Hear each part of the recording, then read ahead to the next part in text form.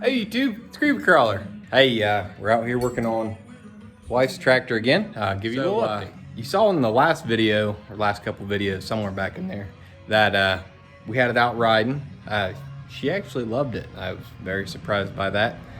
Kid loved it too, which was super cool. We had a great time riding it for probably 2 or 3 times a week there for a couple 3 weeks, and but this thing's limited. You know, it was just for mowing grass. You know, it's open diff and brakes suck. Get them working, they quit working. Even when they are working, does the old pick up the wheel and spins. We're just cruising, super easy stuff, and it's not like we're going to be doing like crazy tough stuff or anything. Even once I get it fixed. But she asked if I could make it a little faster, and I said, well, if I'm gonna make it faster, I gotta lock the rear end so that it can be a little safer, because it's the brake thing. Like it's not like it needs to be locked to go where we're trying to go, but when you're trying to go down a hill and picks up one tire, that's not real safe, especially if you're carrying a kid on there with you. So to get it a little more capable, went ahead and locked it. I found a 5th gear out of another transmission I had laying around that's a little bit faster ratio. We're going to 5.5 inch in the front, 7 inch in the rear. So it'll have a little bit of speed, nothing crazy. I converted this was brake and this was clutch. Well, maybe I'll do it here in a second when I flip this thing back up. I cut and welded some stuff on there so that the clutch and brake are on the same lever, because that was just easier for her. And then so we had the spare lever, so that's the throttle. I don't know if you can see that little bell crank there, which goes up to pull, well, there it is. Pulls the throttle cable, which pulls the throttle cable over here. This needs a return spring, so that side's not moving.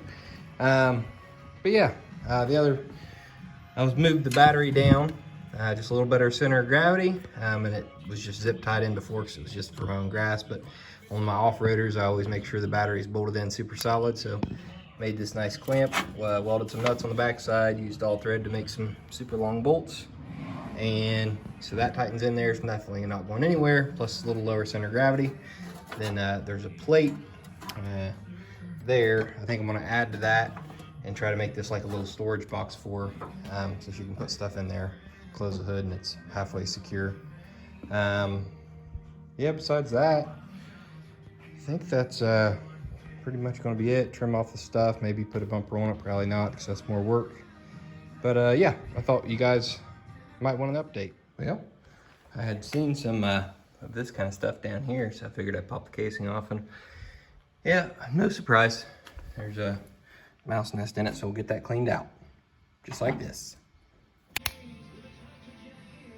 I wish it was actually that easy. But yeah, it's clean now, and we'll throw the cover back on and try to get this thing back together, maybe even get it to fire. Well, I don't know if you guys have ever worked on one of these, but it's pretty miserable getting to these back bolts. So what I did was I just made these little brackets and then drilled the hole out so that the bolt could pass through. And you just put it down here. Now I just got to drill these out, put a bolt in this way, and then the front bolts are actually pretty easy to get to. So yeah, just a little tip if you have one of these things. Well, after much messing around, when I press this, it moves. Maybe if I focus. Obviously, that's all it's looking. So yeah, I'm pretty excited about it. I fired it up, and well, I guess I can fire it up for you guys maybe if it's got enough battery. Come on.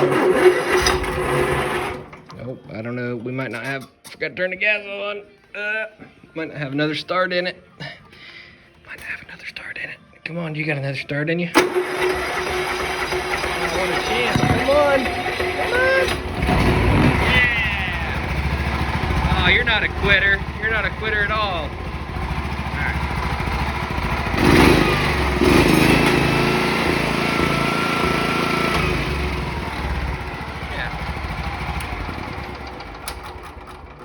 So yeah, as you can see, it works. It's not bypassing the governor. It's for my wife, so I don't think we're there yet. Maybe someday we will be, but at this point in her tractoring career, I think the governor's a good way to do it.